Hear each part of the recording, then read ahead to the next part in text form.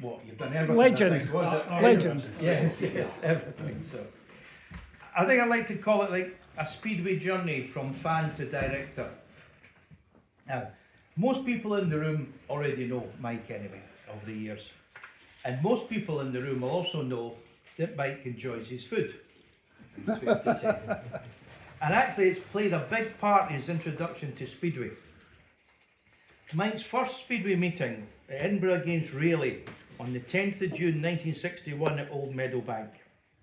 But it could have been 1 year earlier in the 1960 season had Mike not opted to go for a picnic instead of the Speedway. I argued with the people that wanted to take me to the Speedway, and I won, and we went for a picnic, so I must have used Speedway. Now, I hope it was a good picnic, was it? Can you remember where you went? Lauriston Castle. Lauriston Castle. Corned beef sandwiches, was it? Cheese. Cheese. So, as I say, he could have gone in the 1960 season, but he doesn't. He had to wait till the 10th of June 1961. And in fact, the Rayleigh meeting for the Hunter party did not start until Heat 3, because Mike was finishing his tea. So they missed the start of the meeting. Strawberry tart. So this is the cover of the Monarchs against Rayleigh meeting, 10th of June 1961. Picture of George Hunter on the front. And Mike got in time for Heat 3. So the riders in Heat 3, so the very first race he saw was Willie Templeton and Wayne Briggs for the Monarchs, Roy Craighead and Terry Stone for Rayleigh. And the race was won by Wayne Briggs ahead of Craighead and Stone. And I think you say, you know Terry Stone now. Well, the first thing I saw when I came into Speedway for the first time was Wayne Briggs winning the race. So that was my first, I'd actually got that in my head, Right. that mental picture of that. Terry Stone, yes. Terry, that was the 10th of June, as you said. Do you want me to say this? Yes, yeah. That was 10th of June 61. On the 10th of June 1983, maybe some of you were there, it was George Hunter's testimonial. And the first person I saw when I arrived at Powder Hall that day was Terry Stone, standing outside. So I was able to say to Terry, I'd got to know him because he was up for the Carlo Biaggi testimonial. He's a very amusing guy, as you all know probably. I was able to say to Terry, I know where you were 22 years ago to the day. He didn't know, but I told him. And since then, he now tells that same story when he stands up to speak, but he embellishes it by saying he won Heat 3. He was there. So Monarchs won on the night 40-38 after the last heat decider. Went into the last heat 36 all. And line up for the Monarchs was Dougie Templeton and George Hunter against Reg Reeves and Stan Stevens. Two very good riders back then for Just the was on a maximum. Yeah. Mike still remembers that Reg Reeves was unbeaten going to that heat. Do you remember how it finished? George made the gate and won the race. Yep. Doug was at the back. As far as my brain remembers it, he passed Stan Stevens on the last bend to get a 4-2. Correct. Yeah. Well, I don't know if the passing is right, but it certainly finished a 4-2. So you went home happy that night. The Monarchs had won. So. And the Southside Jazz Band, they Yes. sang When the Monarchs Begin to Ride it to this tune of When the Saints Go Marching In. I remember that as Featuring a Kate Gibson, according to this, whoever Kate Gibson was. So. well. I remember that. There you go. So You remember everything. When you first go, you remember every moment. It was a magical sight of Speedway. You'd never seen it before. Can't believe how great it is. So say 1961, Mike's first season. He was actually lucky enough to see the Monarchs reach a cup final that year. We raced against Cradley Heathens, but unfortunately we lost out in aggregate. But Well, we lost 68-28 away, yeah, and Dave Morris tells me that the track was very deep. I wouldn't have known that. But Hoskins was such a good promoter that he had us believing that we could overturn this 68-28. I wouldn't be so stupid now, obviously, but I believe that we were going to do it. Especially when Jimmy Tannock beat Ivor Prime. so there wasn't handsome on the night, That was a but not enough. classic meeting when Doug Temple fed Stu the Cradley boys in separate heats. Needs must. Both at the same time. Oh no, it was one rider, Cradley rider, and in the next heat, Cradley rider tried to lean on him and Doug just gave him the elbow bang into the fence. That was him. So that season, 61, Mike and his family became a regular and used to book the front row seats in the grandstand lot, didn't you? Yeah, even my mother used to go, but her love of Speedway faded quickly because in the last meeting was the Scottish Open. Trevor Redmond, Dick Campbell and Doug Templeton were all vying for the championship, and in the last race of the meeting, Doug and Trevor Redmond were out, and if Doug beat Trevor Redmond it would be a three-man runoff. And the crowd went berserk as Doug took the lead. And she was panicking like nothing on earth with all this racket going on around her and the riders bombing around the track trying to knock each other off. She never went back to Speedway again after that, she was so terrified. But in fact, Trevor Redmond passed Doug and won the Scottish Open. With Dick being second and Doug being third. Yeah. It's amazing how you remember everything from your early matches. Yeah. I couldn't tell you much about what happened last season, but Yeah. Now, as we'll hear later in this interview, Mike's has an affinity with the Edinburgh Speedway programme. He's obviously doing very well with it over the years. But do you know his name first appeared in the Monarchs programme in this 26th April 1962 edition? Now, considering he only started going June last year, June in the previous year, there was a letter from a Michael and Colin Hunter of 21 Chester Street, Edinburgh, appeared.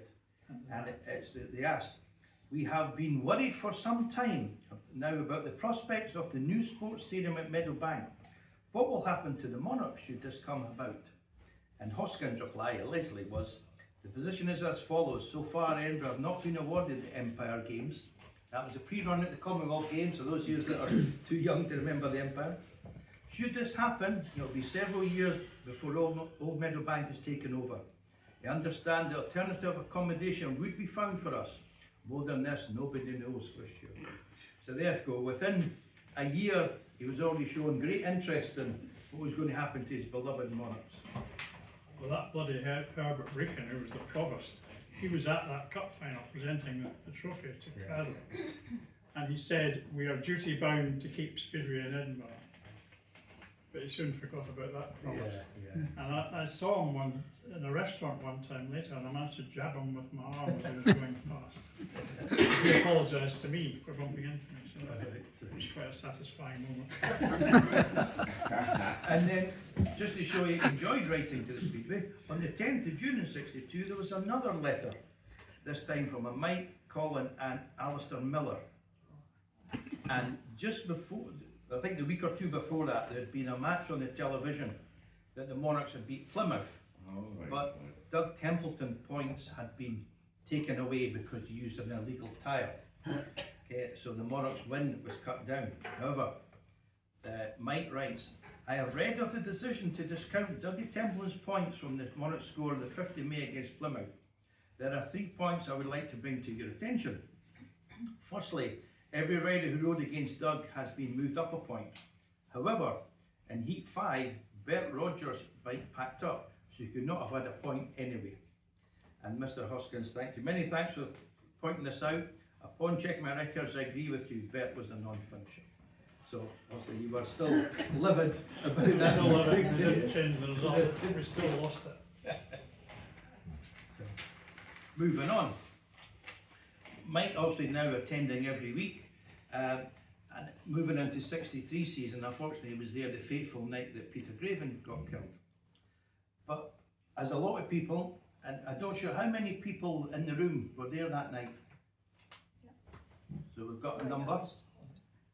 Can anybody remember where Peter Craven started in that fateful Heat 12? Right at the tapes. Everybody started off the tapes. Yeah. Obviously there's a lot of, not sure where Peter did start, because even you were talking to his mechanic. Leon At the Leake time. was the Peter Craven mechanic, and I got to know Leon very well in later years. And he incredibly thought that Peter had started off handicap. I can only imagine that Leon was actually away in the pits somewhere, not paying any attention. Even though he was standing at the pit's gate, the way it was, you couldn't see hellishly far for people at the fence. Yeah.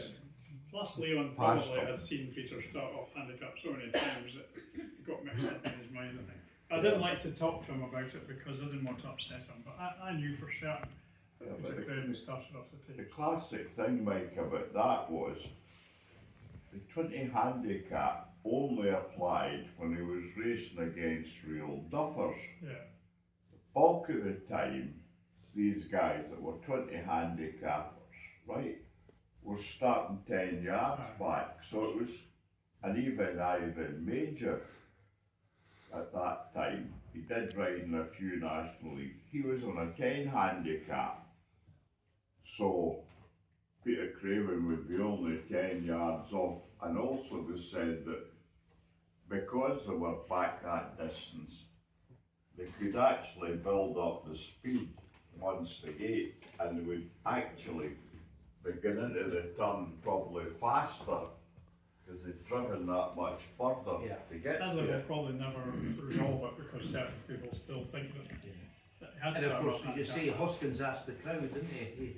So there was That's why I was confusion talking there. about Hoskins had Change. Peter Craven out in the crowd and he said, would you like to, he asked the crowd, would you like Peter to start off handicap? And the crowd was uniform, no, Yeah. definitely not, because they believed George Hunter could possibly beat him. And George, as we know, George outgated him in that fateful That's right. heat. Yeah. We know that we're right. Yeah, yeah. Unfortunately, we'll never convince a few other people. You get a programme that's got Craven marked 10 yards back for that match. There is nobody who has a programme with that. So George Hunter was beating him fair and square then? Well, he was beating them till his bike ceased. It ceased, I had this chain come off. Yeah. Anyway, we're back on the road. Craven had to take avoiding action, unfortunately. In Eric Bucock's book, in Eric Bucock's book, Eric Bucock maintains that it was a concrete starting gate. Not in the 60s, obviously. Yeah. That's what the book says. Could I pick up a point that his bike didn't seize? The bike I didn't spoke, seize. I spoke to Artie Fisher, who was a track machine examiner, track man.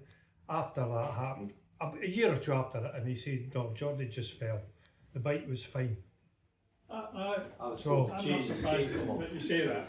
I think they concocted the story about the engine to make George not feel quite so bad. Right. But it's no shame to fall off anyway. Well, Riders he fall rode off all at the Bellevue time. about a week after that, Yeah. or 40 after, didn't he? Yeah. Craven's kids asked him for his autograph. Went back with I was never bothered whether they had an engine failure. Colin, Because it was a pure accident anyway.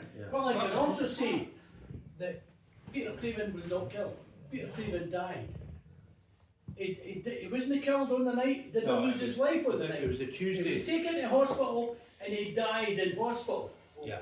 On the Tuesday following. Aye, Yeah. aye. Yeah. So, but Yeah. to say that he was killed, it wasn't a fatal. fatal injury. No, wait a minute. It was okay, a fatal injury. Somebody's got to die with a fatal injury. Aye. No, but it was a death that was caused as a result of an accident. Yeah. Was it But on that? No, night? then, Yeah. if you say he was killed, then this is point the finger back to the other people that were on the race. No, it was a racing accident, a racing incident, and he passed away in hospital. Yeah, but the unusual thing about that was, if you remember the fence at Meadow Bank, right, it wasn't hellishly high. So you got to ask us, you look at the photograph of the fence, that, it was Osco, I thought Craven was like that and his head went into it. There's a And famous that's picture why of the John fence Gibson, was isn't burst. there? John Gibson standing next to the fence. If he'd hit it square on, I think he might have survived it. He might have broken his arm, but he would have survived it. But I think he was trying to get some drive. And I heard a story, whether it's right or wrong, that the throttle had come off in his handlebars as he was trying to screw it. And that. That's you another know, story for you. whether it's true or not, but I'd I know what- actually heard that. I know we're kind of dwelling on this, but when you think about safety equipment, okay then, leathers would have been an inch thick. Better than the pyjamas that they're wearing now. And I've even mentioned better arguments. But crash helmets. These crash helmets were made of compressed cardboard. Pudding ball. Pudding ball helmets, you're dead right, Tony. Okay then, cork inside, and then on top of that, okay, it had leather sides and all this sort of stuff. But it was better than wearing a Tory hat or whatever the hell. But it was just the minimum of protection. But I've got to admit, no, safety equipment's came on leaps and bounds since then. even headgear and whatever the hell, but these things happen, and that's progress that in a good way, that safety came on Yeah, leaps and bounds as well. We'll have to move on, guys. But so, obviously, the Bellevue programme is now a bit of a collector's item. But do you know that Mike Hunter's got another letter in that one as well? And at that time, Hoskins used to ask for people to write in with their choice for the Scottish Open. And your choices for the Scottish Open, so I'd take the trouble in marking you for your 9 choices.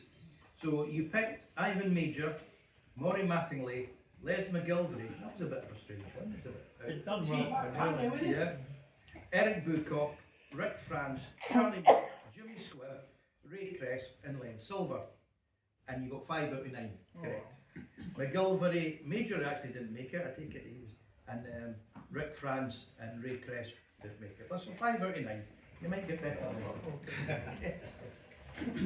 And then of course, on to 1964, which was the black year for the Provincial League opening out of the control board.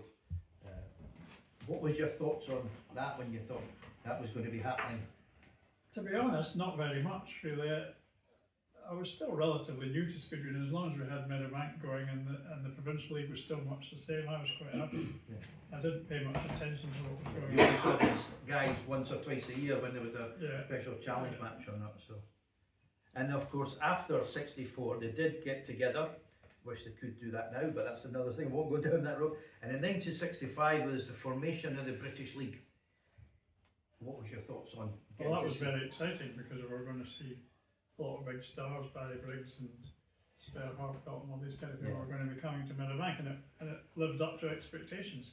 And as with the 95 get together, the teams were quite evenly matched, really, because the superstars couldn't win matches on their own. Yeah. And we tended to have a more solid side than, say, Swindon or something like that. I mean, George Hunter started off like a house on fire. He was fantastic. Him and Charlie Monk in that one. Charlie Monk, Barry Briggs was indisputably the best rider, but Charlie and George were probably the next two up, Yeah. and Ken McKinley probably. And they both come out of the Provincial League and they're doing very well. Yeah. So, and then you attended your first away match in '65. You went to the Glasgow League match in April, and Mike's got a story about what he was told. My first away match, I was. Children weren't as adventurous then as they are now. I was quite nervous about going on a bus to Glasgow. I thought Glasgow's a bit of a wild place. Mike, can I ask what age you were, please? 17 and 19. 17, quite old, you would think, and I should be quite mature and experienced, but I wasn't. I was Innocence, the age of innocence. Anyway, whoever was running the bus, it might have been Mrs. Ramsey, said, back to the bus, straight after the match. So I enjoyed it. George Hunter did very well, but I thought, heat 13, I've got to get out and find the bus. And I went out the stadium at heat 13, not watching the second half, and I couldn't find the bus, and I was absolutely terrified. Alone in Glasgow, not knowing where to go. And I can't remember what happened after that. I was probably crying in the street or something. At the end of the second half, everybody else turned up. That's right, yeah. Brought you home. So. Was that White City, did you say? Yes. It would have been, yeah. Yeah. Yeah. Glasgow had won it in Meadowbank just the week before, unfortunately, and they'd done the double for the Monarchs Yeah. in that one. So obviously 65, you say it was a good year. You saw these new riders, and the Monarchs didn't have a great year. Finished second bottom. George and Doug had a terrible crash in the best pairs. Yeah. That was a real blow, and George was never quite the same after that, really.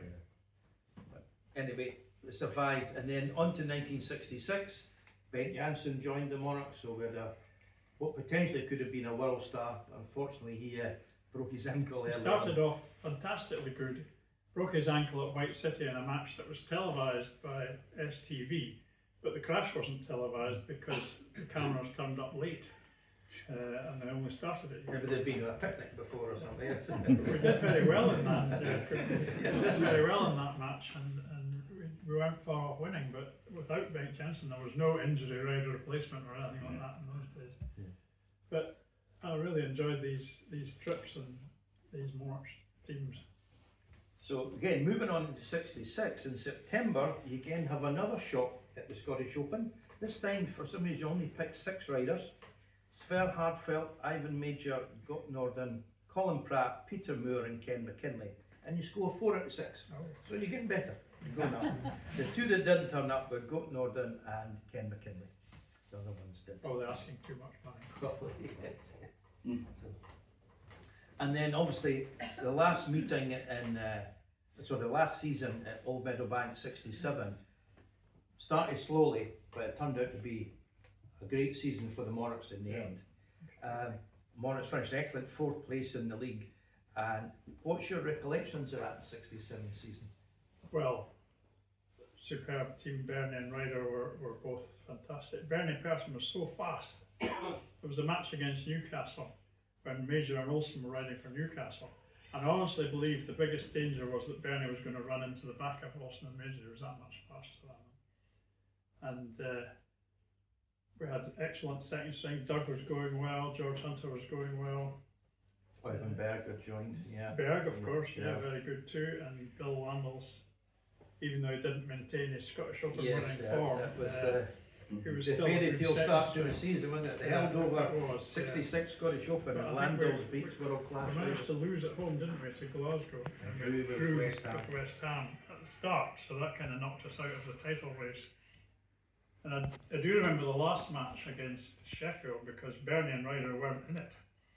I think we got a guest, but also I was terrified that we were going to blow the whole thing and lose the last match and drop away down the league. But we put in a tremendous effort. Bert Harkins got a maximum. Doug Templeton, I think, got a So maximum. did George, yeah. That's right. And also Brian Collins and Brian Black got very important points also. And we won. I can remember going, I mean, I'm quite quiet at Speedway nowadays, but I was going berserk cheering in that match, if you remember that. It was a very well. 50-28 victory over Yeah. a Or Sheffield Sheffield team. team we thought were Yeah. going to beat us, yes. And absolutely. it's funny, interestingly you say about a guest, because there was actually a Speedway quiz, like the winter of 77-78, and it was like Edinburgh, Paisley and Glasgow at Coatbridge, and you would have probably been on the Edinburgh I team. was, yeah. And the last question that was asked into the Glasgow team, if they'd got it right, was name the Monarchs team in that last match, and they included Bernie Persson, Ryder, who wasn't there.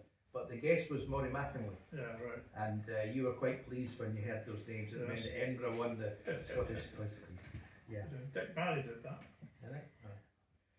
And then, in general, what was it about the 1960s at Old Meadowbank that you think that made? Well, Hoskins was a magical promoter. Anybody that's seen him was bound to remember him. He had all that stuff with his hat getting burnt by the riders and all that. But it's just his voice is magical. I've still got some recordings of Hoskins and I like listening to him even now.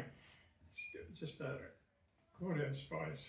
He loved his drama, of course. He loved action things and he made up lots of stories. He was hopeless when it came to talking about that Peter Craven incident. When we had the get-together at Meadowbank in 1998, Reg Fairman asked him to come up and speak, and he said, and it was so terrible, it happened on the very last bend of the very last race. You know, that's the kind of thing Hoskins liked to say, a dramatic statement like that. Complete absolute crap as far as the facts go. That was Hoskins all over, but he certainly made you enjoy Speedway because of his enthusiasm and the way he built everybody up. From that very first cup final when we had no chance, but you know, Right, everybody. yeah. I mean, I'm not criticising the promotions of today because I couldn't do it either, but Hoskins was a one-off. He thought his father was the greatest ever promoter, but I can't see he could be any better than him. And then, of course, the Monarchs had to relocate to Coatbridge, and you followed the Monarchs through there. Initially, obviously, there was supporters buses that ran. I take it they dwindled away, and you had to I think so. make your own Well, way. we through. always went through on the supporters bus, but it probably went down from more than one to just one, most likely. Yeah. I've acquired Hoskins' notebook thanks to Dave Gifford, who sent it to me. He's got all the crowds from 1946 at Glasgow right through to the early 70s, and I know what the crowds were like at Meadowbank, and they gradually went down during the 60s. Yeah. To a greater extent than I had realised. But it was a wonderful time. I acquired a lifelong bitterness towards the Edinburgh Council for their behaviour towards us. I think it was absolutely appalling what they did to us. And I've still not forgiven them for that. They're probably all dead now. What were the crowds in numbers? Can you remember, Mike? Well, there was only one over 10,000. People used to talk about 10,000 crowds. At Meadowbank. There'd been 25,000 in one match in 1949. With the gates So they were open, much yeah. bigger then. Right. The only crowd over 10,000 in the 60s was the provincial final of the World Championship in 63. All right. But there was quite a lot of 8,000s, 7,000s. I mean, Bellevue was a big crowd, wasn't it? There would be a big crowd that night, I can't remember exactly, but yeah. Yeah. Funnily enough, things that nowadays wouldn't draw a huge crowd, like a World Championship qualifying round or a Scotland-England match, which you wouldn't even try to have now really, they used to get bigger crowds than your average league match. Yeah. So the fans obviously accepted these things then. And you'd probably get travelling fans, the Glasgow ones coming through, Yeah. or the Edinburgh going through, Yeah. so. Edinburgh crowds were always 10 to 20% bigger than Glasgow's crowds, because Hoskins has got all of them as well. In this wonderful notebook that I've got, my favourite piece of memorabilia. You also got to remember the fact that we had a world champion in 1950. Yes. So, was it 50 or 51. 51 when we say. 75 years surely- next year. Sorry? 75 years next year. There we go. So, you talk about big crowds, everybody would want to see the new world champion. Yeah. So that would have been a bumper night as well. In his day, yes, definitely. But of course, when he left, the crowds fell away quite a bit in the 50s. Do you think that would have been, it wouldn't have helped the demise of Edinburgh Speedway then? Then you think about people like R.D. Anderson going to Meadowbank to watch stock cars, and well, some of your friends would have been there, Ronnie. They do it about that. Maybe got you in the stock cars, but it was definitely and that's something that I'm told. Well, apart from what's his name? What's the People's man? Harry Darlin. Aye. Harry Darlin and Dick Campbell competing in stock cars. But it's probably better doing that than sitting at home twiddling your thumbs. So if we move back on to Until it obviously go back again. the Monarch said it survived 68 and 69, and there was at the end of 69, Doug Templeton decided to retire, and it made Mr. Hunter again thought he should write to the programme. And there's two interesting points in this letter actually. It's from actually a Michael N. Hunter. Is it actually Michael? N as my middle Oh, name. that's good, you got that right then. So, dear Mr. Hoskins, being an ardent Morris supporter of long standing, it is with great concern that I read in this morning's Daily Mail. Now there's 2 points. The Daily Mail was covering a Scottish Speedway story of Doug Templeton's retirement, and by then your 21-year-old was reading the Daily Mail. Eh? My mother used to get We were released to get it. So the fact that, you know, if Sam Masters or Josh Picker was retired now, it wouldn't get anywhere beyond the Monarch's webpage. The fact that something like that, and you took the trouble to say that you were really concerned about Doug, and they have been given a hard time, and Mr. Hoskins said he wasn't forced out.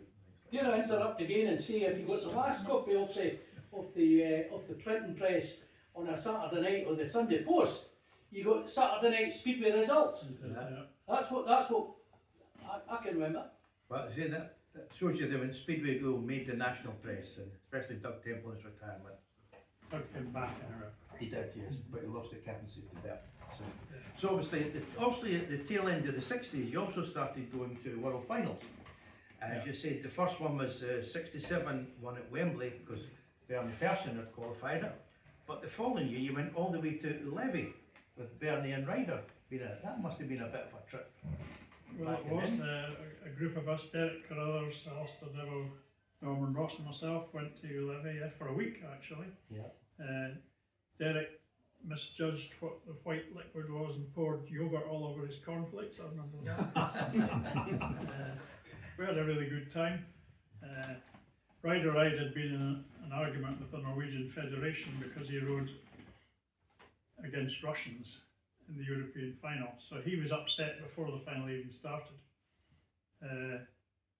Bernie, Speedway Star got the report of the World Final very wrong in 68. He said Bernie Persson made the gate in his first ride but was soon at the back. That's because he had an engine failure. Oh, they won that race, but the Speedway Star English people weren't concerned about a Scottish-based rider. Didn't report it fairly at all. I believe Ryder could do quite well, but I think he was upset by the row. But The the fact that the 67 Monarchs one. had 2 riders in the World Oh, Final, it's, fantastic, yeah. The 67 one, I believe that Bernie was the best supported rider at Wembley in 67. I can mind of that night fine as well, and I didn't think there was anybody else in the stadium bar Edinburgh supporters. That's right, yeah. So 90,000 Edinburgh supporters. Bernie had us sitting on the track that night, did not he? Got He excluded and was refused to excluded leave. for knocking off Ivan Major. As far as my memory tells me, there was a clear space between Major and Persson. But I might be kidding myself there. And he also I'm bowled not sure. 100 yards away as well. Both Major and Briggs thought Bernie Persson was a hard, dirty rider. And I don't remember that of Bernie at all. Yeah. Maybe I'm biased again, but I don't think so. We ran buses from Meadowbank to Wembley Yeah. all through the There was 60s. huge I went with a few of buses them. that went. Huge number of buses, certainly in 67 particularly. We shouted for Barry Briggs, but Wayne Bay, his brother. Yeah. The first time I went, Funding won it. It was often as well, they'd move the Monarchs match to Friday night, you'd leave after the match and travel overnight. That's right. But I think when George Hunter made the European final, he rode on the Friday night at Meadowbank and then had to ride the European final the I next think he day. used Doug's engine, didn't he? Then of course, following on from that was the dormant Monarchs years 70 to 76. Obviously you still followed Speedway. I followed Speedway more in the 70s than I have at any other time. It was actually my favourite time in Speedway. I didn't have to worry about the Monarchs. And I picked and chose my meetings, and I always saw at least 120 meetings every season during that period, 70 to 76. And there were so many tracks around in those days. In 1973, I got a rail rover for £23, and I could go anywhere I liked for a fortnight for a cost of £23. So I just woke up in the morning and decided which track to go to. There was often more than one meeting. It was absolutely marvellous in those days. I slept on the floor of railway stations, slept on a park bench one time when I was going to the ball final and the plane was sort of in the early morning. I just would do anything to see Speedway at that time. I've never been as keen any time as I was then. But what we really want to know, 70, 76, did you wear a red and white scarf or a black and gold scarf? Neither. Neither, good. You weren't a bandit sort of No. tiger I scarf. did used to go to a lot of Tigers away matches. I remember seeing them win at Cradley one time, and that was good fun. Charlie Tulloch, whose son Ewan is still a supporter, Charlie used to go and watch all George Hunter's meetings, and George had a time with the Tigers as well. But we used to set off on a Saturday morning. Charlie would never go more than 40 miles an hour. But we got to meetings like King's Lynn and places like that after a very long drive. And I saw a tremendous Speedway in those days. If people could see Speedway then, people now could see what it was like then, they would realise why things are struggling Well, again. it's the second biggest Not what it was. spectator sport after football. They always said that, I'm not quite sure how they measured that, but the crowds were very big. So it was on every night of the week, wasn't it? Yes. And you still went to World Finals in those times as well? Yes, I went So- to all the World Finals. The first World Final I didn't go to was 79 because Monarchs were at Boston and we got rained off, unfortunately. But I didn't get to that one. But I'd been to them all from 67.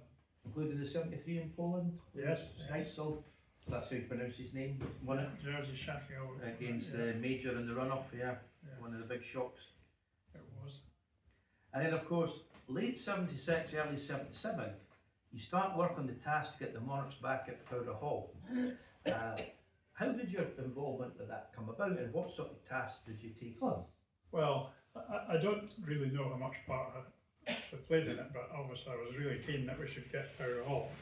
And I think it was maybe Neil McFarlane that asked me to be involved, and I had a chance to speak at the council meeting. Unknown to me, all sorts of machinations were going on in the background. There was a councillor called Tom Nisbet who took up our cause, and I was asked to organise a survey of the area of Powder Hall to see what people would say about having the Speedway there.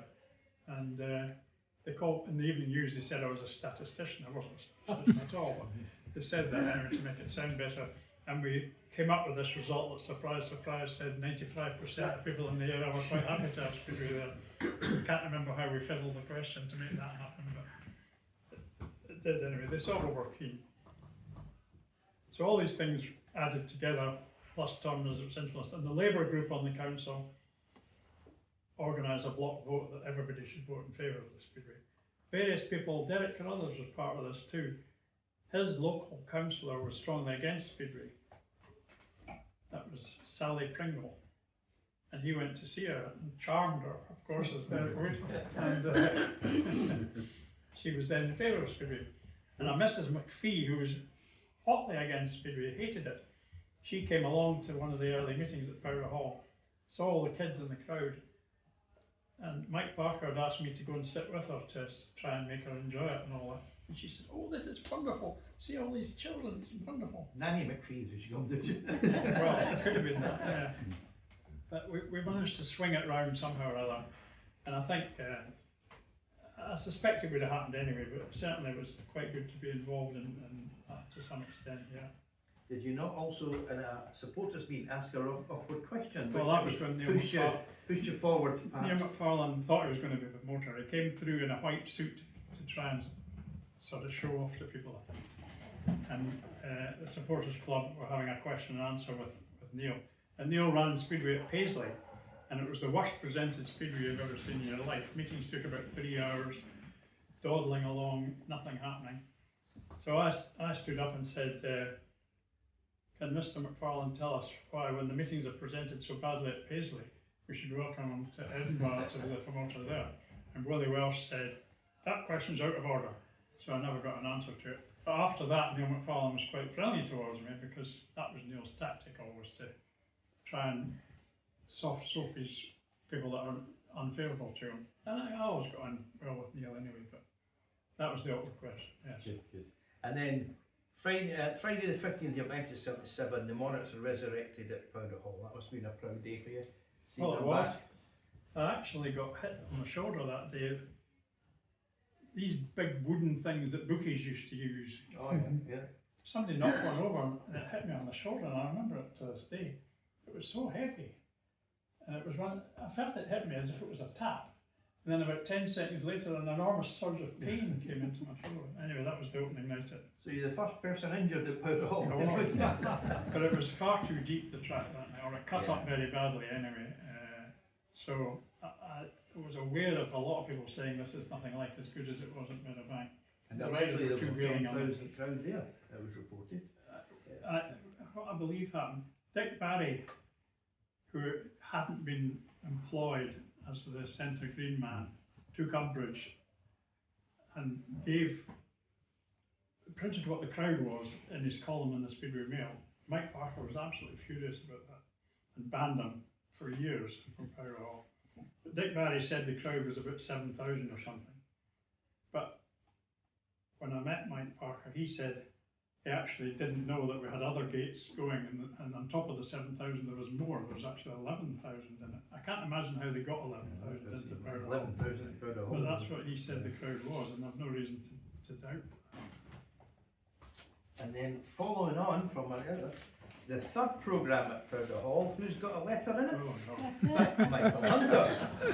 And it's quite a long letter, and it's moaning mostly about guests, but they were in the British League rather than the National League back then. But he does, I'll read out the last paragraph. "At the risk of being labelled a moaning monarch, I will have a few comments to make in the future weeks about referees, silencers and punch-ups, all causing current concern." Therefore, you labelled yourself back then as a moaning monarch. And continued in the same vein. Actually, a wee interesting insight into that Powder Hall.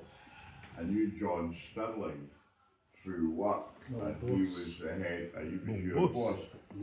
He was the head of the noise unit in the city of Edinburgh, and he was a wee bit sceptical about that time. That was one of the early seasons in silencers, but the promotion were very good because they raised a few issues like the air horns. He said, "No, that's not good. immediately banned them. That impressed him. He also thought that with the silencers, that as soon as they got the permission, bikes that came into the stadium, the silencers would be, and they'd be racing with the silencers. So he actually paid his own money to go and watch it as a kind of enforcer. And you know, the fact when the silencer fell off, the rider was excluded, that was it. And the fact that anything they raised with the council, the promotion responded to, and it got to a stage, I remember meeting, it was a couple of years later, he said, do you realise there's been no objections about the noise at Powder Hall? I said, aye, so how was that? He said, now, because I trust the promotion so much that when anybody asks the question, it goes through as a question, not an objection. You know, but it was this trust that was built up that things would be dealt with and it would be done properly. Can I just say, Mike, That was worth a million. my team leader and my head of section were the two guys that used to go and check for the 9:30 and stopped you getting out for a shot towing. They were there every Friday. For Half 9 was the cut-off, wasn't check it? the 9:30 cut. Aye. Couldn't go over the curfew, yeah. And then midway through the 77 season in June, you start publishing the Monarchs Weekly, an early fanzine publication. And here is the very first, volume 1, number 1. Fortunately, he didn't put a date on it, but we reckon it's about, there was a match at Coatbridge on the 12th of June that's got a report, so it was probably the Friday of that week. But this publication, which really was a fan's one, and it didn't have a race card on it, it meets with some resistance from the promotion, and they're banned from selling it within the stadium. Do you remember how it got resolved, or how Mr. Parker wasn't happy with you? Because it wasn't all your own, it wasn't just you being the moaning monarch. I mean, John Campbell was a lot of moaning as well, wasn't it? Well, it wasn't really resolved very well. You mean my visit to talk to Mike Parker, is that what we're talking about? Well, obviously in 78 he approached you This was to 78, take, yeah. to actually to take over running the programme after this. Yeah, but, that's right, yeah. yeah. So I take it you had to then That's just, how they resolved it. They said, Yeah. instead of doing that, why don't you do the programme? Yeah. So didn't have you on the that's quite outside to bring you in. because I couldn't be quite so outspoken in the programme, obviously. But it was a great honour to be asked to do the programme anyway, even if it was for underhand reasons from Mike Parker. But Mike Parker was very fair to me. Will I tell him that? Yeah. So, yeah. Can do. I'll not name names here, but a supporter wrote to me and asked why the team was doing so badly in 78. We had a very strong team on paper and they were absolutely rubbish.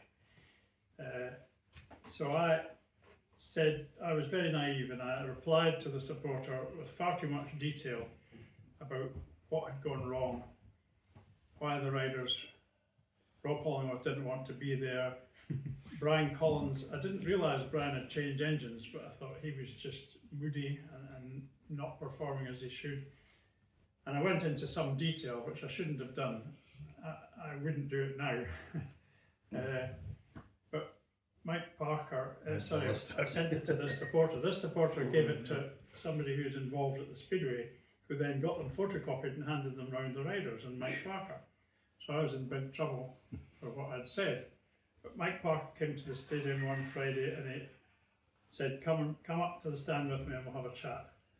And he said, he's unhappy with what I said, but he realised I did a good job. If I don't do it again, the slate's wiped clean. So I thought, very fair. He could have sacked me. He should have done it. A lot of people would have done. So I think quite highly of Mike Parker, actually.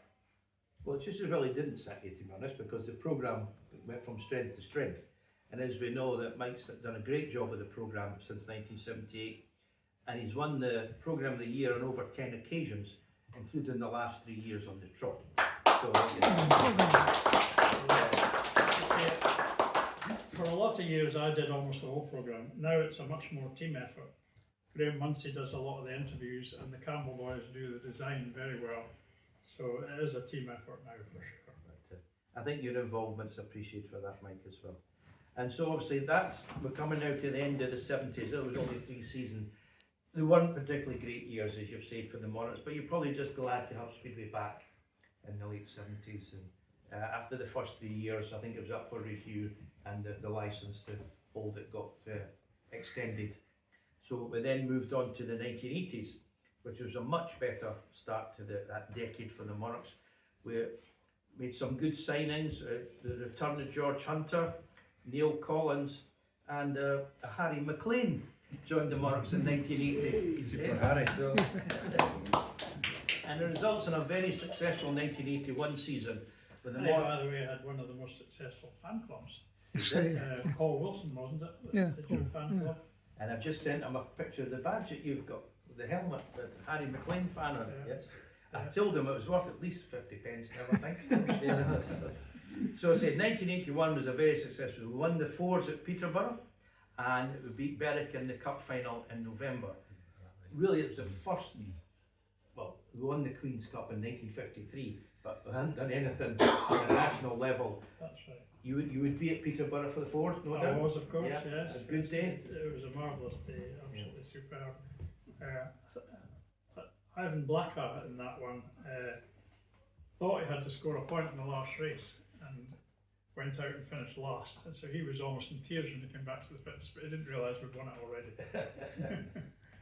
And then of course we raced Berwick in the cup. Berwick by that time had got flung out of the league, but they were allowed to continue in the cup, but they were a nomadic team, and they raced their leg of the cup final at Berwick. At Newcastle. Sorry, at Newcastle, sorry. I just seen if you were listening. And, Pay attention. yeah, we started off terrible. We were Yeah. miles away at Yeah. half time, That's right. at the halfway stage, but we ended up only losing by 3. I And think it then was George Hunter that turned it round by passing a couple of Berwick riders.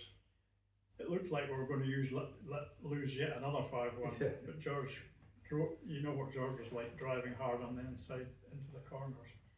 And that turned the tide, everybody started coming good then. so we came back with only a 3-point deficit. The Powder Hall leg was rained off the following week, and we raced on the 6th of November, but we won it, and it was a good night, and I was there that night as well. I remember that was good. The following seasons, then obviously Mike Parker sold out to Tom Cook, and 82 to 85 weren't great seasons, really, were they? Unbelievably bad. Successive wooden spoons in 84 and 85, and just 83 wasn't too bad, yeah. but when Tony Franchitti came on the scene, you would not believe what it was like in Tony Franchitti's days. 2020. All meetings held in the pub, Tony talking Crap. baloney stories you could ever imagine. Anybody that knows him will know what it was like. I actually wrote an article about Tony for a fanzine type publication called Naked Speedway. It's probably the truest thing I've ever written. Everything in it's true, because I was there all the time. Tony was beyond belief. Yeah, so I said those weren't great seasons. Although in '84, I mean, in the early days at Powder Hall, we couldn't buy a 9-point man in the average at the end of the season.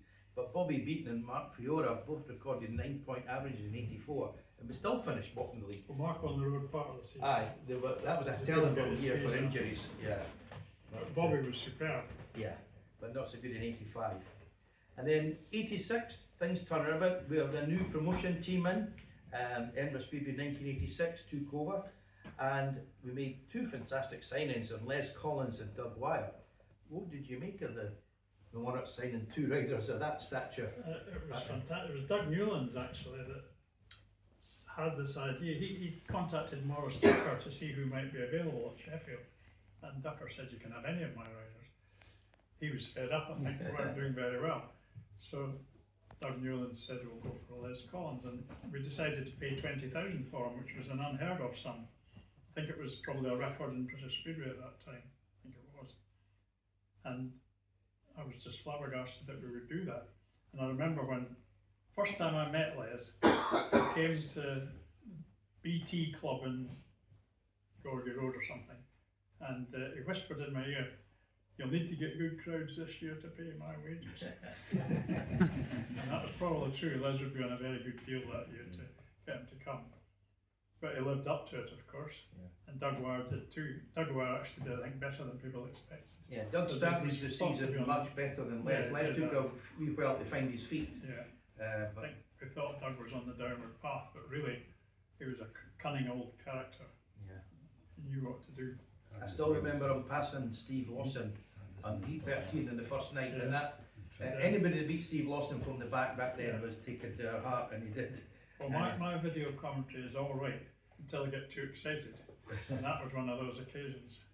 That's quite good you mentioned that, because that's the next bit. All I right. was going to say, Edinburgh Speedway videos actually started in 1979, and you provided the commentary from 83 onwards, and I think it's fair to say Mike has entertained most people in this room with his commentary, keeping us all entertained. And what is Scott Lamb doing there? He's making the dogs breakfast off that, you know. That was a famous one, yeah. Well, I Yes, mentioned you that can do that one.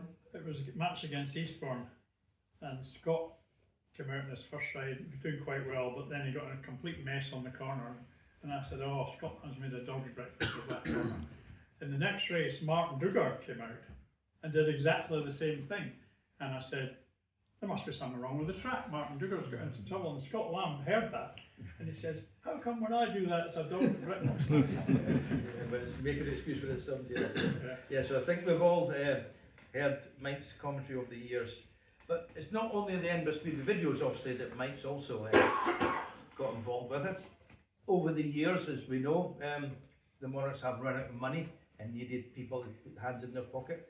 And the Fighting Fund in 1991, I remember being at the meetings at Powder Hall, Certainly do. Yeah. and you're doing an excellent job and raising a large amount of money, actually probably to see out that season. I think we raised, well, what happened was the director said they needed 10,000 or they wouldn't be able to continue. So at first I thought, well, I don't think we can do this. But one or two people, who I remember including Jimmy MacDonald and Colin Mackey from Glasgow, gave me maybe 20 quid each or something it was. And I thought, well, if these people are prepared to put money in, we might as well try it. We managed to get into the evening news that we were going to have a crisis meeting at Powder Hall. And when I got down there, I spent the whole day of that meeting trying to think about how to put it to people. But when I got down to Powder Hall, the attendance wasn't all that fantastic, and I thought, we've got no chance of getting here. But as the meeting, we also got Roy Baines involved, who was a good goalkeeper with the Hibs, because I felt he was interested in Speedway, and I thought that'll help us get publicity for it. And it went, I made it clear to people that we were not there to discuss how to raise money, we were there to give money to save the Speedway, and if we didn't do it on that night, Speedway was over. And people responded incredibly. We needed 10,000, but I think we actually raised 30,000. So the Speedway was saved. And I can remember sitting in my office the next morning, my Speedway office, and saying to myself, thank God for that, all this stuff that I've got here, it's not wasted now. I remember that night, and I remember, I think I told you the other day that you said, I'm never going to do this again, That's right. ask people for money. And I remember saying to you, I know you don't want to ask for people for money, but it's great that you're doing this, and if we're in trouble again, please do ask, because we don't want it to finish. And then about 2 weeks after that meeting at Powder Hall, they had at the Victoria Park Hotel in Ferry Road. James' 40th birthday, and there was a picture appeared in the Pink News the following day.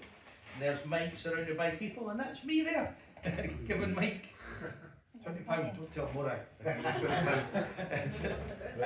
Bill Lothian had a question and Yeah, answer. James there as well. Yeah. Bill Lothian had a question and answer with me in the evening news. And one thing he said in that for some reason was that it had a budgie called Alfred. Well, that was wrong. My budgie's name was actually Albert. And I told Bill that we actually changed the evening news for the next edition to get the name of my budgie right. So that was a great incident. But then following on from that, again, when some hard times came about, he started the Grand Draw in 1993. Yeah. And that's still going to this day. And rough estimate is that to date, over £800,000 has been raised in the Grand Draw. The total, and nearly 400,000 has been donated back to the Speedway. So that is, it certainly deserves a round of applause. A great effort. Yeah, It was actually, I think this time it was Alan Harkness I was talking to, and he was looking for ideas, and I said we could have a monthly draw, try and get agents. He said a monthly draw wouldn't be good enough, it would have to be weekly. So, okay, and Alec Harkness went round the crowd and got a large number of agents to do that. And it's incredible how that's kept going. Alec, I think, said, we'll maybe keep it going for a couple of years. Well, we've kept it going 32 years so far. It's on the downward slope, but we still make about 8,000 a year on the grand draw, which is amazing. Some of the agents are so loyal that although they're no longer fit to come to Speedway, they still send the money in. It's absolutely amazing. Well, I've been in it since day one, number 421, and I've never won it yet. Check 421 is still in there, please. Ryan's brother Dave used to complain that he hadn't won, but he's won a few times now, so I think you must be the I've unluckiest had a couple of the 25s that run that one, but I've never done the big one. So. And then we move on to the 90s. Again, the 90s weren't great years either, but 95, although it was the last year at Powder Hall, it was a very enjoyable season again when the Leeds merged to make the Premier League, and I think we had some fantastic racing. Again, especially as we're talking about Scott Lamb and some of his last heat races against some of the big names, the Ermolenkos, the Lee Adams at that time. Scott certainly gave them a race. And we had Mike Ferrier as well, leading what wasn't a strong team, but we finished mid-table, and I think overall it was one of the most enjoyable seasons of Speedway to watch. We beat Cradley, we beat Bellevue. That was good stuff. The last match was against Glasgow, and remember who won the last race at Powder Hall? David Walsh. David Walsh. Who visited Jane and I 2 days ago. Yeah. Well, Nice to see him. Mike Ferrier and Robert Ericsson's at maximum in the last heat there. So that was 1995, the end of the Monarchs at Powder Hall from 77. What would be your favourite memories from Powder Hall, if you had to pick one or two? The night we knocked Sheffield out, Sheffield were in the top league and we were in the second league. 1981, yeah. Dave Troughton scored a 15-point maximum, and it had a dramatic finish with Sean Moran falling on the last bend whilst dicing with Chris Turner and Neil Collins. Yeah, the 4-2 would have given Sheffield the draw, Yeah, but they fell off. that's right. And of course the Berwick Cup final as well, I would say, really. But that's just 2 things out of dozens, really. Dozens. I had the pleasure of working with Ivan Major and Barry Briggs when they staged big meetings at Powder Hall, and thoroughly enjoyed these experiences. I got to know quite a lot about these 2 characters and find out what interesting people they were. And then of course 96, Monarchs have got a team, no track. Glasgow have got a track but no team. So the Monarchs moved to Shawfield and the Scottish Monarchs are formed. And also that was the year you became a director. Well, sort of. I'm not technically a director, but I do attend board meetings and get treated as if I was a director. And my brother said if you get into big financial trouble, you'll probably be regarded as a director. So I've got some of the good things and bad things about being a director. Well, Technically, I didn't actually complete becoming a director. you're listed in the programme I know as that, director, I know but don't leave everything you're leaving the programme. You know the man that does it. Yes.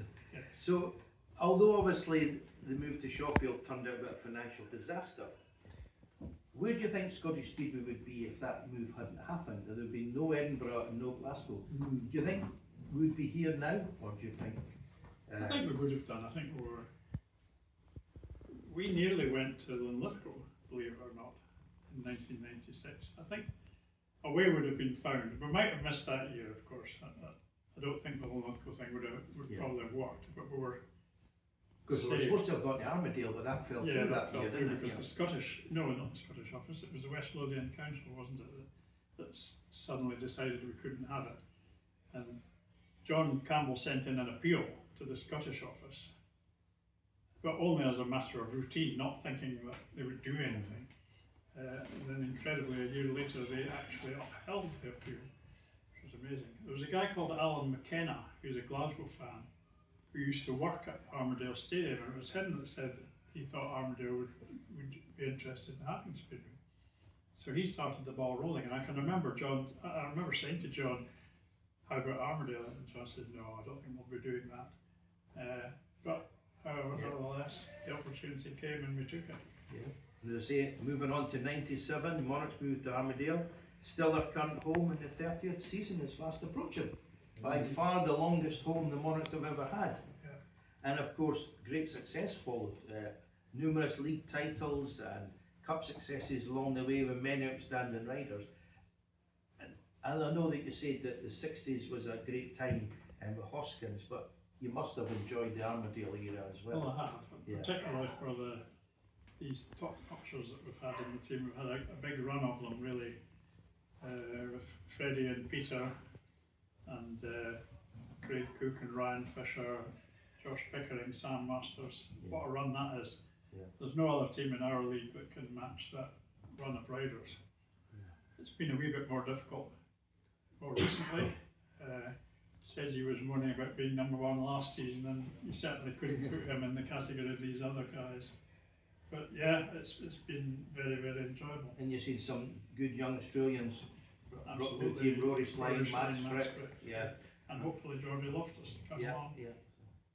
And just to obviously talk about some other things now that we've obviously come up to date with, but there's, as a lot of people know, there's a friend that to a lot of people, as I've certainly known him, Raymond Jarvie was a great friend of yours, and you've travelled a lot. Yeah. And obviously you've got the Raymond Jarvie trophy that you've presented since 2005. What made you want to do Well, I a wanted trophy? Raymond was a very good friend, and I wanted him to be remembered. Okay, that's fine. So, just to follow on for that, I'm not sure how many people know, if you buy a programme at Armadale, there's a heat sponsor, and it says APN and RGDJ. And for many years, I never knew what that was. And it's actually a heat sponsor that Mike's had in memory of his friends Alistair Nimmo and Raymond Jarvie. So that's Raymond Gordon Duff Jarvie. Yeah. We used to go to a lot of Speedway and a lot of football as well. Raymond was very keen on football. He was a ground hopper. And that's just another thing that Mike does. And we actually, in the room, we've got the current recipient of the Raymond Jarvie Trophy, Ian Marshall, sitting over there. And I did go around the room earlier and just asking if some people had any questions. And Ian wanted to ask you, what's the best type of metal polish for his trophy? I can help you out with that. Yeah, we've got some at home. Oh yeah, you've got it. I told them not to use a Brillo pad. Cooks and Gold make the cloths. That's straight from Ian Grant's engravers who engrave the trophy every year. And then another thing, over the years, Mike's been a landlord to many Monarchs riders, starting off in 1979 with Dave Trounsden, and including riders like Freddie and Karsten Shaw, Nigel Alderton, Lawrence Hare, Michael Coles, Derek Fleegert, Polish rider we had. And I think you're saying that Nigel Alderton was the best for doing the housework. Nigel used to put his penny on and get on with the dusting. It was tremendous. Derek was a good cook. Derek made this fantastic dish that had meat, potatoes and cream. It was just wonderful. He made that almost every night. His wife, his wife to be anyway, came across halfway through the season, and I got to know her well as well. Her English was better than Derek's. We actually paid for Derek to go and get English lessons. He used to play truant and not bother to go, and he was hopeless. He could hardly say anything, but whenever I was there a few weeks, she spoke quite good English. And of course we had Evie. Does anybody know Evie? Freddie's wife. She was, that was Freddie's wife, or was Freddie's wife, isn't now. But she was quite a character as well. She was a world champion farter. And also, there's another story you told me. At one time that I think Nigel, Freddie and yourself came back from the pub late one night, and Aye. you were needing some shelves built Well, I in had your one of office. these cabinets that you make up out of shelves of wood and everything. And Freddie, it was about 1 in the morning, he started to knock this bloody thing up. I've been quite lucky actually. Freddie Shop built my cabinet, Sam Masters built my exercise bike, and Kenny McKenna built my house extension, so it's not bad. Yep. Quite handy being a Speedway fan. And now, just to put you on the spot, this is not a question that you know I'm going to ask you, but I'm going to do it anyway. And I was going to ask, over the 7 decades that you followed the Monarchs, not necessarily who was the best rider, but who was your own personal favourite? I've actually got 4 that I can't split because they're all perfect. So if we start in the 1960s, obviously All George right. and that was at the top. Well, Dick Campbell was my initial favourite, Okay. but I would say Doug probably for the 60s because Dick didn't unfortunately last long due to fitness. And then obviously the 70s, you're only looking at the 3 years, 77, 78, Yeah. 79. Who would be your personal favourite for Trounchin. Dave Trounchin? Yeah. The 80s, well, we've got a full decade in the 80s.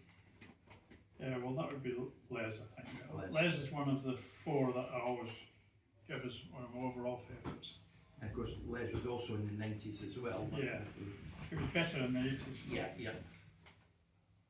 So, who would you think would be your 90s, Or the 90s. favourite? See, it doesn't have to be the guy at the top of that, but just somebody that's No, who no, made an that's impression right, on you. Yeah. Well, there's other people like Bill Landels was a favourite of mine as well. Yeah. 90s, who's my favourite in the 90s? Well, Peter Cars comes into the 90s, doesn't he? Yep, he does, yeah. And also appeared in the 2000s. Yeah. Change the 90s to Kenny McKenna and put Peter into the 2000s. They're amongst my top 4 as well. Just before we leave that then, obviously when Kenny joined in 92, did you think it would work out as good as it was? Yeah. Even though what you'd been before, you know, You were the arch Kenny enemy in the Glasgow side. All the Glasgow fans think Kenny McKenna is Glasgow through and through, but he's not. He appreciates what Edinburgh did for him, and he gets on really better with. You better not tell any Glaswegians this, but Well, he still comes to Armadale every he Friday. comes to Armadale every Friday, that's right. Kenny, he doesn't like to upset anybody from Glasgow, and he's got a lot of friends there as well, without doubt, but he's an Edinburgh man for sure. So we're now on the 2010s. Who would be your... Right. Probably Sam, I suppose. Sam? And then the current, halfway through the 20s I missed decade. out Craig Cook as well, I suppose, really, but he was certainly wonderful for the Monarchs. Yeah. Oh, and the 2020s, well, we haven't been much use in the 2020s, you better put Josh right for that. It all seems to be going for the big riders, but obviously it's tempting to say that, isn't it? Because you see them win last seat Yeah. deciders and all that kind of Yeah. thing. But again, you all have your personal favourites as well. So we also worked out that Mike's been following Speedway now for 64 seasons. He's been a Speedway fan, and we reckon he must have attended nearly 5,000 Speedway meetings. For a guy who's never owned a car or learned to drive, that's actually something, you know. Well, I did so many things to travel about during that 70s period. I used to go to huge numbers of meetings, and did I say earlier that I slept on the floor of railway stations? I used to do all that. Benches and I that. can't believe I did it now when I think about it. Especially when you hear stories about what happens on the floor of railway stations. And we also worked out, I think, that you did many successive seasons without missing a Monarchs match. Oh, aye. But we reckon over 30 seasons you might have only missed about 12. Yeah, but there's 1 or 2 illnesses crept in, and Yeah. my mother was unwell at one time. I did win a prize, which was thanks to Stevie Gilroy.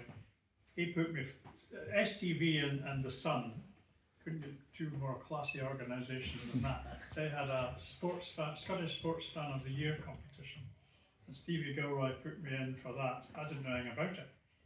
And needless to say, when you get, say, a Rangers fan and a rugby fan and a cricket fan and a Speedway fan, Speedway supporters will always vote for the Speedway person.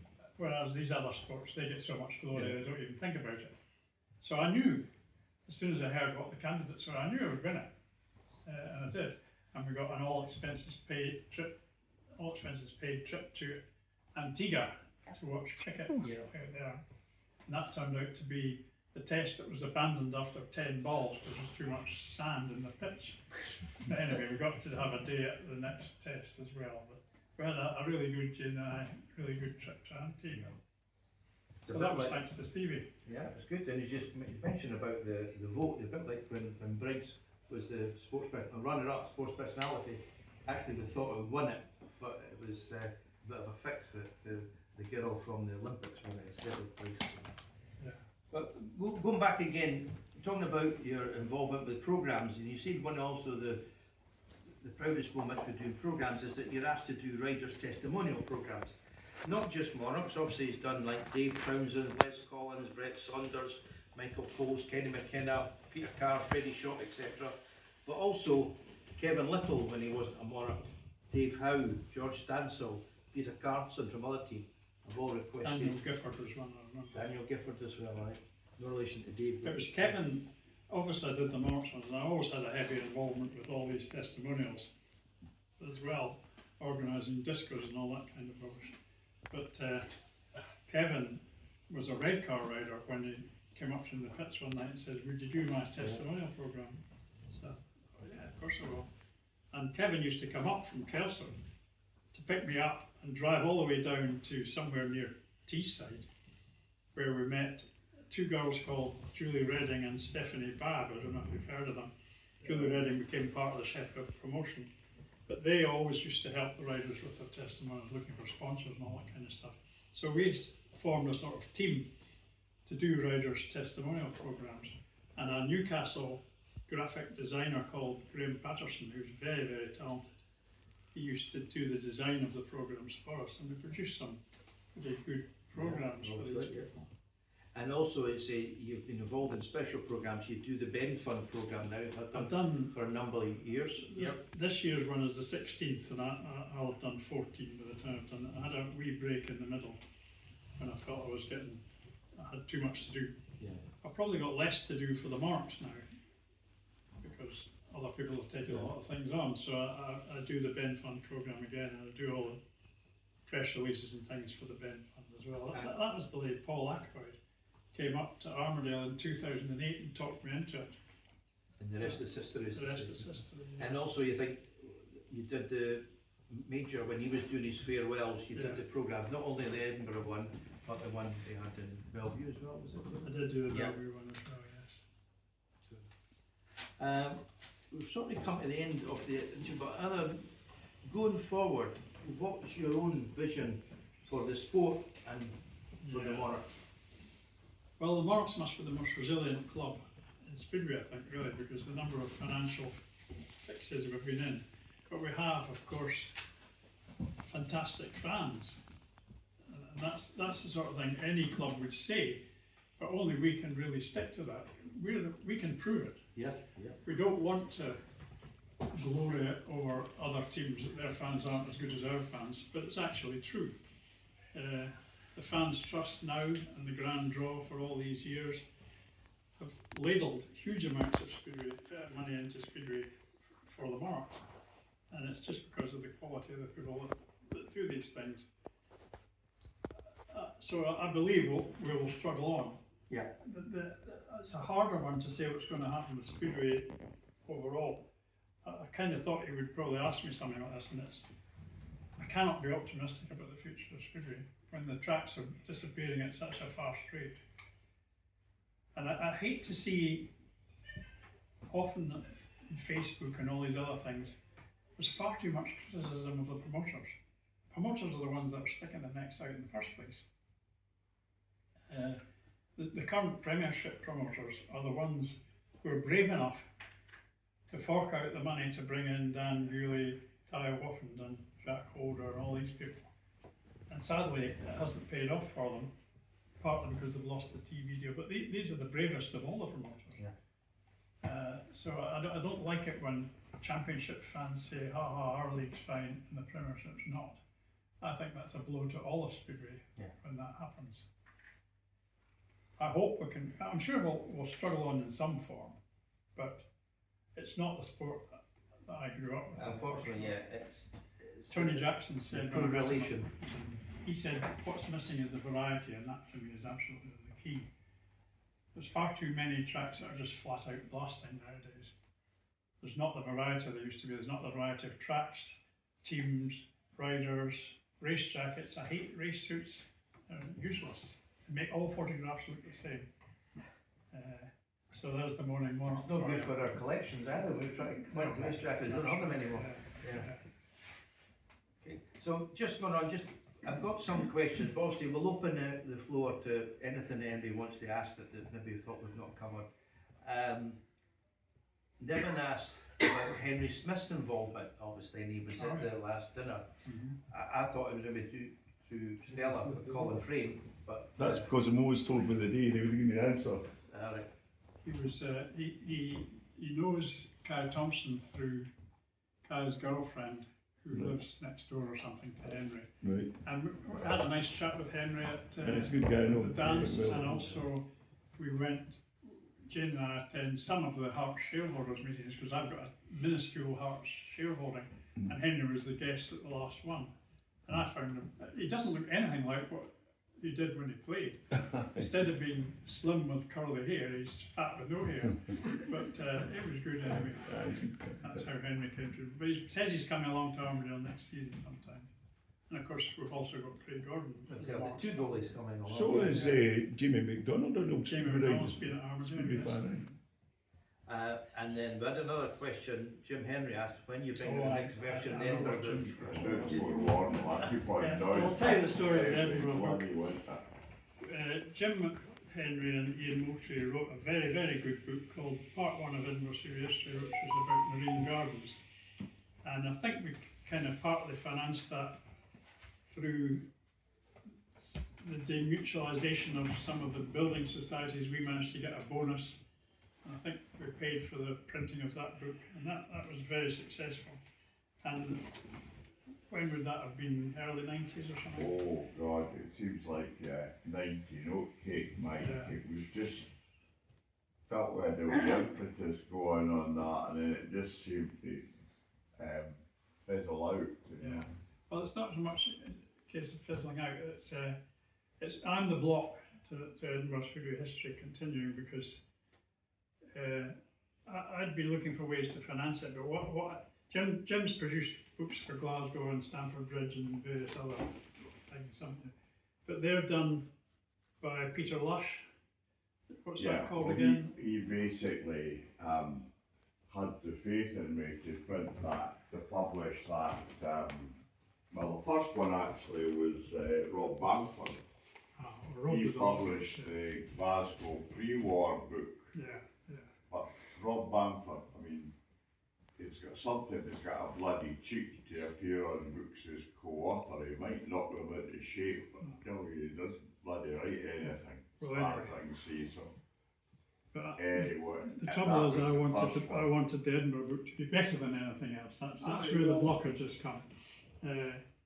And time has gone on, and money's been needed by Edinburgh Marks rather than books about Edinburgh Marks. Yeah. So we haven't got the other parts done yet. But it's not dead yet. We've still got 20 to 25 years to live, haven't we? And Sorry?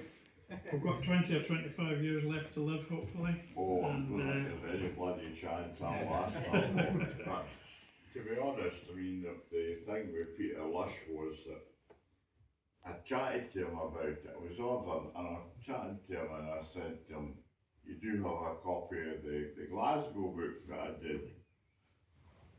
And he said no. So at that time, I had it like in 4 files. I would email anybody because I made about 61 quid in royalties from Robert Bamford on that. And got his permission, he didn't have interest in it. So I sent that to Peter Lush. I actually think he did a Kindle version, but he never quite got to the publishing. And so I was asking him, I said, oh, I've got all this stuff and a folder full of Motherwell stuff. It was all written up, and I said, I've got this. He said, let me think about it. He said, aye, right, let's go for it. And basically, I gave him the bits like an Airfix kit, all the chapters, and a certain Ian Somerville was very good with the Scottish books. Ian will give us any photographs we want. He's always very good. And because it's Scottish, and that's a big saving. You know, they're not running at the cost of This is acquiring something books, that so I mean, deserves to be I'm mentioned, Jim. grateful to your dad that he's actually done that, and he provided confidence.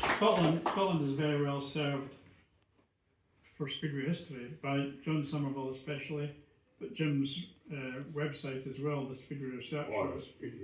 Scotland leads the way as far as Speedway archiving goes, there's no question about that. Yeah, but basically, so Yeah, we don't want to go on about this too long, Tim, do we? what he helped us superbly on the Glasgow. So the book's coming out soon, but we might have a book next year, right? We were talking about, we were in, when Mose asked earlier, 75 years of Jack Young, so there might be a publication coming out next year.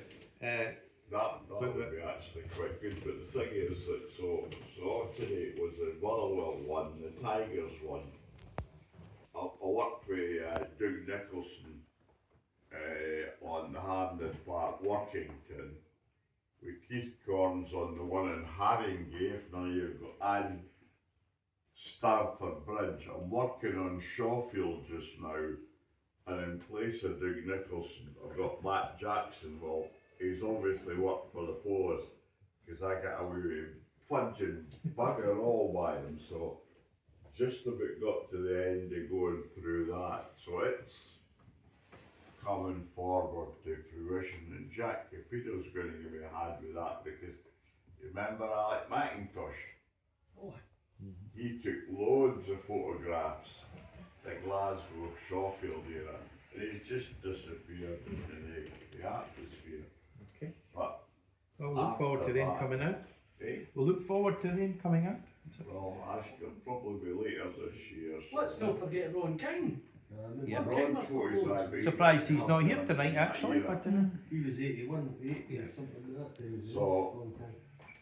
can I open up the floor to any other questions that anybody's got that we've not covered? I say thanks to your dad. Yes, Nevin? I keep on telling him that. Mike's been involved in quite a few testimonials. He's probably one of the most popular guys at Edinburgh Speedway I've ever known. Sure, it's about time we should have a testimonial for him. Who will we get to do the programme? Jim Really, I like being a background boy, really. Pardon? I like being in the background. Yeah, but I think it'd be a nice reward for us, because you're such a popular guy, Mike, and I'm not just crawling here. You are a popular guy, plus you're up sport as well, obviously. Not everybody would agree, probably. Quite a few would agree. Can I ask you a question? When you've been doing your videos, any disasters? The worst thing that ever happened to me on video was Paul Bentley.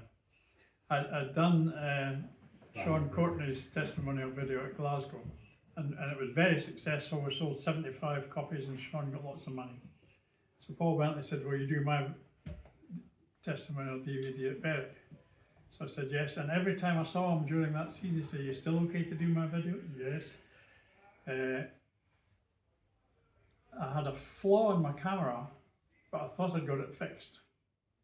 So we filmed all the races of Paul Bentley's testimonial, and after that I realised that the flaw hadn't been fixed. And every race had flickers all the way through it. So the worst thing I ever had to do was phone up Paul Bentley and tell him that I had unfortunately mucked up his testimonial DVD. He was very reasonable about it, he didn't go crazy or anything. I tried to concoct a video and sell it cheap because it was flawed, but it was a complete, and I come out in a cold sweat every time I think about it. And he didn't ask you to do his wedding either. No. Right, was that really the same sort of thing out at Ian Parsons, when quite a number of the pioneers were there? Well, It was also that an was the issue. one you're talking about. Well, we got George Mackenzie all right, and we got Norrie Isbister, but the one that went two interviews went wrong. One was Ian Hoskins out at Ian Patterson's place, where the microphone wasn't working and it was a buzzing sound all the way through. And Hoskins was brilliant, as you can imagine. And the other one was Ovi Funden. That day we had the Peter Craven thing at Old Meadowbank. I did an interview with Ovi Funden and that one didn't come out either. So yeah, there's been the odd disaster, yeah. Mike, did Edinburgh try to go from Meadowbank to Powder Hall? Was there any truth in the rumours there? You know, they didn't. Oh, You know, after '67, when they went to Coatbridge, did they try to go to Powder Hall? The story I heard, and I can't confirm this, I should have asked Hoskins in that interview, but I don't think I did. I believe they had the chance to go to Powder Hall in 1966. Right. But Hoskins then got the chance to stay at Meadowbank for another couple of years and took the easy way out and took that. And when he went back to Powder Hall after Meadowbank had closed, they said, sorry, you didn't take it last time, so we're not giving you it this time. Something like that. Up, probably, yeah. Double the rent or something. Yeah, more than likely. Actually, in all fairness, the old boss I worked for in East Lothian, Frank Tyndall, he got in touch with Hoskins and said, I'll find you a track in East Lothian. But Ian wasn't prepared to go outside the city. Frank was one of these guys, great guy, and my whole career in planning, I wouldn't have had if it hadn't been for him.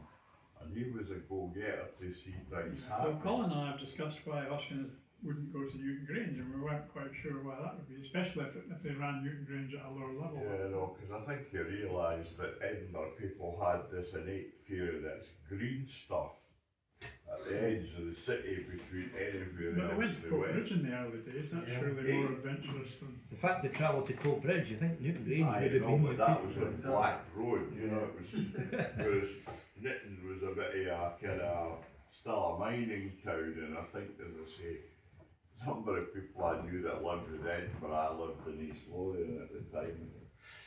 Oh, it's a hell of a distance to travel, jeez, oh. You know, but you're right, I mean, Newton Grange would have been the place to go to, it was a cracking track. Tarmac track there, was it not? Newton Grange stock car. The stock car as well, but it was opened in 70 and 73. The fact that they run in 70, the year after Coatbridge closed, the Berwick promotion on it. And, but, yeah. Any other questions anybody's got? What about Stenhouse? Did that ever come into the... Stenhouse? I don't know. I've got no knowledge of that at all. It